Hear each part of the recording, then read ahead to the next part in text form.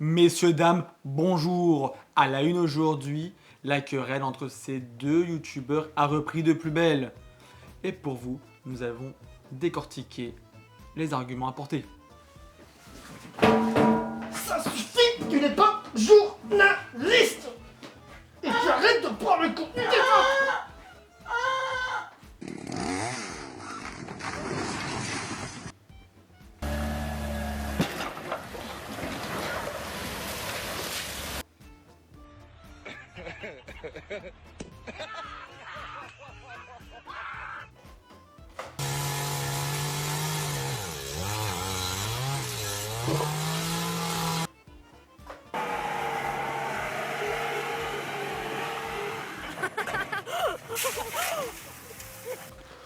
Mais tu vas parler, oui?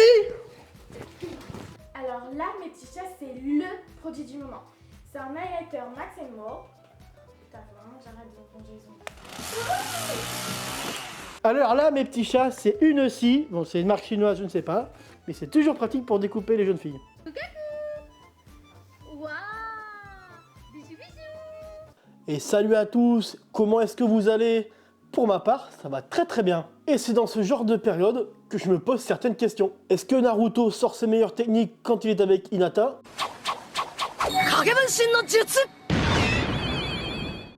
Pourquoi Dragon Ball GT? Onizuka connaîtra-t-il l'amour? Ou encore, qu'est-ce que ça donnerait si on mettrait 300 féministes dans une école? Et à cette dernière, j'ai reçu comme réponse Busujou Shujo Machiavélisme.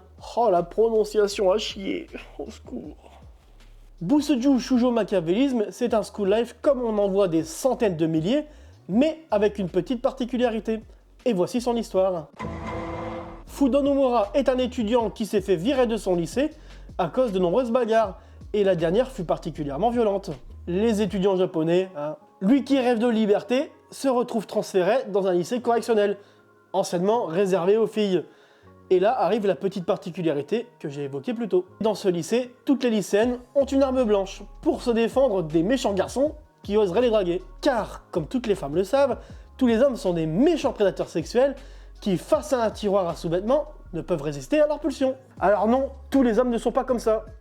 Et là, pour couronner le tout, il existe un groupe de 5 féministes plus énervées les unes que les autres, qu'on appelle les 5 épées célestes. C'est ce petit groupe qui est en charge de la discipline dans l'école, et nous allons faire la connaissance de Rin Onigawara, qui va s'attaquer à Fudo dès son arrivée, en pointant son sabre dessus, et en lui disant de céder face aux règles de l'école, ou en partant. Comme s'il avait le choix en fait.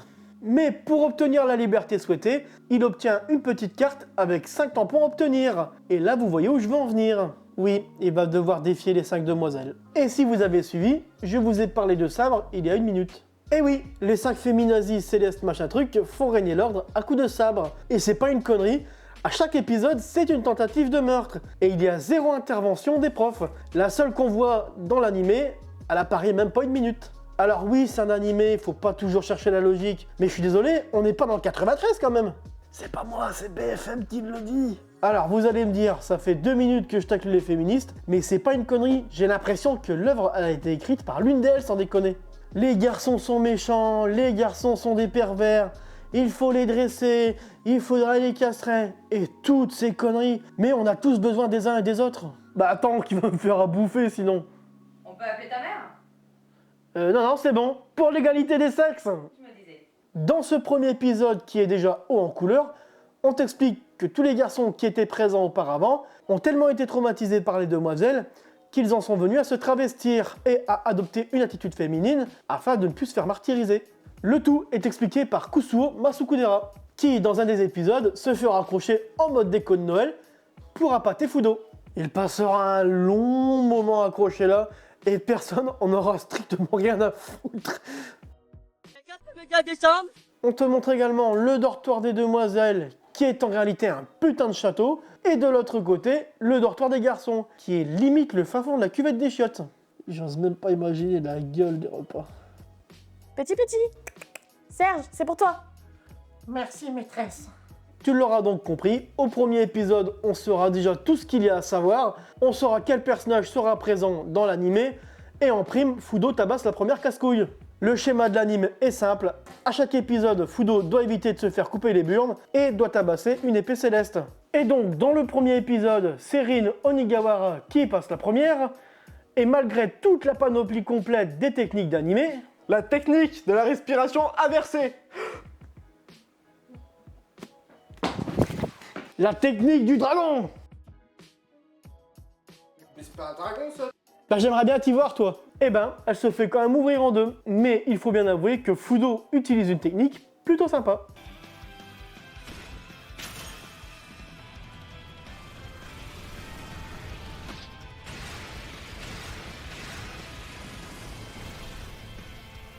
Mais une sous-fifre intervient et met un coup de bâton sur le crâne de Fudo. Je la reconnais cette technique ancestrale, elle est utilisée par une des plus illustres écoles du monde. C'est l'école CRS. Pour en revenir à ce fameux coup de bâton sur le crâne, Fudo tombe sur Rin, mais comme de par hasard, sur sa bouche. Oh le cliché, le cliché. Et de là, paf, elle tombe amoureuse de lui et elle ne va plus la lâcher de l'animer. Dans l'épisode suivant, Rin est malade et Fudo décide donc de lui amener des biscuits pour la réconforter. Et c'est à ce moment-là que Fudo reçoit sa petite carte à tamponner. Tamponner, je veux tamponner. De là, Fudo fait une petite blague à Rin, mais celle-ci est tellement gênée de la blague qu'elle tombe dans les vapes. Mais il la retient, un bouton de son chemisier s'ouvre et merde, à ce moment-là, la sous-fifre apparaît dans la chambre. Jamais là quand il faut celle-là. Elle se met donc à le pourchasser, mais encore pas de chance, il tombe sur la sous-fifre de l'épée céleste numéro 2, qui a un fouet. Ça suffit les blagues avec les fouets. En même temps, tu m'étonnes, l'autre elle a un fouet pour combattre, quoi. C'est pas adapté pour ce genre de situation. Aïe, mais fais attention avec ça. Mais j'y peux rien, moi, putain de scénariste japonais. Et ce combat se termine donc par la défaite des deux sous-fifres, qui finissent par s'en mêler les saucisses et se mettent à pleurer. On passe donc à l'épisode 3, et nous faisons donc la connaissance de la deuxième épée truc machin, qui s'appelle Mari Kikakujo. Mari est une franco-japonaise qui, une fois sur deux, se met à parler français. Ah, le français hyper approximatif. Tu grilles tout de suite qu'ils ont donné des phrases toutes faites en français à une doubleuse qui n'en parle pas un mot. Alors en plus, Mari, elle se promène avec un dico japonais et une rapière. Quelle drôle d'association. Ah bon, tu trouves? Pourtant ça a fonctionné comme ça pendant plus de 1000 ans. Et donc, pour en revenir à l'épisode, Rin décide donc de surveiller Fudo, mais Mari apparaît à ce moment-là pour venger sa sous-fifre. Rin lui explique que tout est sous contrôle, mais Mari s'en fout, elle veut quand même botter le cul de Fudo. Un combat s'engage entre les deux épées célestes, machin truc. Fudo, lui, qui en a rien à foutre, il décide donc de se barrer, mais il est rattrapé par la sous-fifre de Mari. Ah oui, tu sais, celle avec son fouet et tout le bordel là, eh ben elle se fait rétamer une deuxième fois. Et de là, au loin, il aperçoit celle qui domine les 5 épées célestes, qui n'est d'autre que Amo Kirukiru, qui est une vieille connaissance à Fudo et qui est une des raisons pour lesquelles Fudo se retrouve dans ce lycée. Alors pour faire court, elle était à la tête d'un gang, elle a proposé à Fudo de le rejoindre, mais celui-ci a refusé, ce qui a fait qu'elle est tombée éperdument amoureuse de lui, et en plus, elle était jalouse qui plus est. Ce qui va l'amener à tabasser un ami de Fudo, ce qui va donner lieu à un combat entre Fudo et Amo, et c'est l'une des principales raisons pour lesquelles ils se retrouvent tous les deux dans ce lycée. Revenons-en à nos moutons. Pendant ce temps-là, Mari a tabassé Rin, et elle décide donc de partir à la recherche de Fudo. À cause de sa rapière, Fudo va se faire trouer d'un peu partout, et encore une tentative de meurtre. Mais à ce rythme-là, ça ressemble plus à une corrida. Il décide donc de foncer droit sur elle, et elle le plante dans le bide. Mais il avait un manga caché à cet endroit, ce qui la surprend, et il l'achève d'un coup de manga sur le buffet. De là, elle est vaincue, et elle se met à délirer, car elle pense qu'elle va subir un sort pire que celui de Rin. Alors qu'il a rien fait en fait. Et là, limite, elle force Fudo à lui toucher ses tétés, mais lui, il n'aime pas qu'on le force à faire quoi que ce soit, et donc celui-ci refuse et demande qu'elle tamponne sa carte. Mais la petite vicieuse cache le tampon entre ses... voilà quoi. Et de là, elle comprend que tous les hommes ne sont pas pareils, elle tombe donc amoureuse de lui, et se met à le surveiller avec Rin, et il obtient son deuxième badge. Mesdames, quand on vous dit non, c'est non. Il n'y a pas de message caché ni quoi que ce soit, c'est non. On a peur de sortir seul le soir dans la nuit. Quand je vais d'un point A à un point B, je ne veux pas que tu me parles, ni que tu demandes mon numéro de téléphone. Non. 4e et 5e épisode, on fait la connaissance de la 3e casse-couille de service. Warabi Anasaka qui a pour particularité d'avoir une oursonne de compagnie. Ah, tu vois, depuis le temps que tu me bassines pour tourner avec nous, t'as un beau costume. Je te déteste. Durant ces épisodes, elle va organiser un festival qui a pour but d'éliminer Fudo sans se salir les mains. Et la première épreuve sera un combat de sumo contre l'ours. Et évidemment, Fudo gagne, mais l'autre greluche n'est pas contente et elle lui donne rendez-vous sur le toit de l'école. Mais bien évidemment, sur le chemin, il y a plein de psychopathes à combattre pour pouvoir monter jusqu'au toit. Plusieurs combats s'engagent donc, notamment celui de Marie contre les sous-fifres de Warabi, et donc Rin contre Warabi, et Fudo contre l'ours, qui sait aussi boxer. Alors bim bam boum, ça se castagne de partout, et là ils sont tous les trois acculés, mais grâce à un seul mot de Fudo, la situation s'inverse. Et voilà, les gentils ont gagné, et le troisième tampon est acquis. Ah oui, c'est pendant ces 2 épisodes que le truc là, il a été accroché. Tir groupé sur l'épisode 6, 7 et 8. Depuis sa victoire, Fudo est adulé par toutes les demoiselles du lycée. Elle cherche à s'attirer à ses faveurs, mais lui en a strictement rien à foutre. Vous voyez mesdames, on a toujours besoin d'un homme fort dans la vie. T'arrêtes tes conneries ou je confisque la caméra? Oui madame. Et de là, la 4e cinglée céleste apparaît, Satori Tamaba, qui a une apparition pour le moins originale.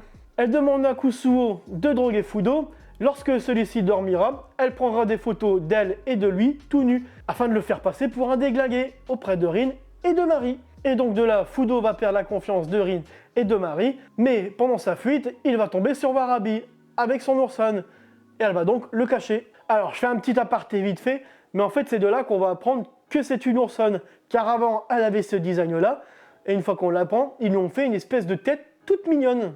J'avoue, je trouve assez choupi la tête qu'ils lui ont fait après. Je disais donc, Warabi décide donc de l'aider, et pour ce faire, il doit s'introduire dans le dortoir des filles pour demander des réponses à Satori, et il doit volontairement se faire attraper par Rin et Marie. Mais ce qu'il n'avait pas prévu, c'était la petite séance de torture qui lui était réservée. Suite à ça, Warabi le libère, ils vont donc fouiller la chambre de Satori, ils ne trouvent rien, mais apparemment elle se trouve au bain, ils se rendent donc pour fouiller ses vêtements et trouver des preuves, mais là, la sous-fifre masquée apparaît, et un combat s'engage. Satori contre Fudo et Warabi contre la sous-fifre. Mais Fudo est en train de se faire salement dominer, il décide donc de se foutre à poil pour la déconcentrer. Ce qui fonctionne. Il arrive même à la renverser, mais la gourgandine gardait les preuves de l'innocence de Fudo sous la main. Elle le menace de mettre les preuves dans le bain, mais celui-ci lui met une tarte dans la gueule et elle comprend pas pourquoi. Fudo lui explique qu'elle a fait pleurer Rin à cause de ses conneries. Il trouve ça inadmissible et cette réponse lui plaît à Satori et donc elle s'avoue vaincue.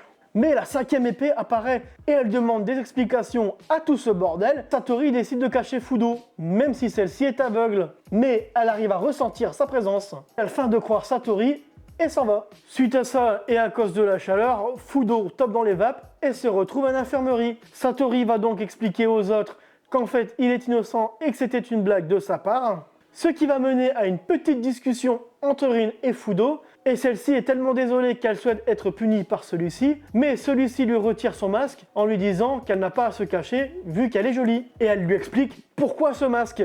Et j'avoue, ce passage-là, je l'ai trouvé un peu triste quand même. Ce qui s'est passé en réalité, c'est que le père de Rin a trompé la mère de Rin, et comme celle-ci a le visage de son père, elle doit le cacher, car elle a le visage du démon, d'après les dires de sa mère. Et là, Marie débarque, et elle souhaite recevoir une punition également. Et elle se fout donc à poil. Et là, j'avoue que le concept de l'animé me termine, parce que depuis le début, les mecs sont des porcs et tout le bordel, et en fait, les nanas sont les plus cramées dans cette histoire. L'épisode 9 commence sur un passage assez gênant.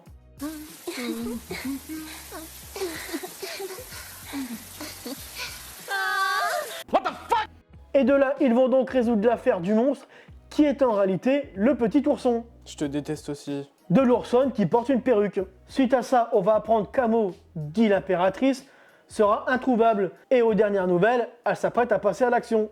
Et c'est effectivement le cas, car comme je l'ai dit précédemment, Amo est jalouse. Et ce qu'a fait Satori à Fudo ne lui plaît pas. Et elle va donc la retrouver sur le toit, qui est en compagnie de la sous-fifre masquée. La sous-fifre masquée, qui est en fait sa sœur jumelle. Et de là, on en apprend un peu plus sur le background de Satori et pourquoi elle est devenue tarée. Amo transperce les deux sœurs car celle-ci possède une technique qui rendrait son corps aussi dur que l'acier. Warabi arrive en renfort avec l'oursonne, mais les deux se font étaler également. De son côté, Fudo rencontre la 5e épée céleste qui est Tsukuyo Inaba. Et de là, une longue et chiante discussion commence entre les deux. Et pendant ce temps-là, Amo continue de transpercer tous les sous-fifres qui se présentent à la chaîne.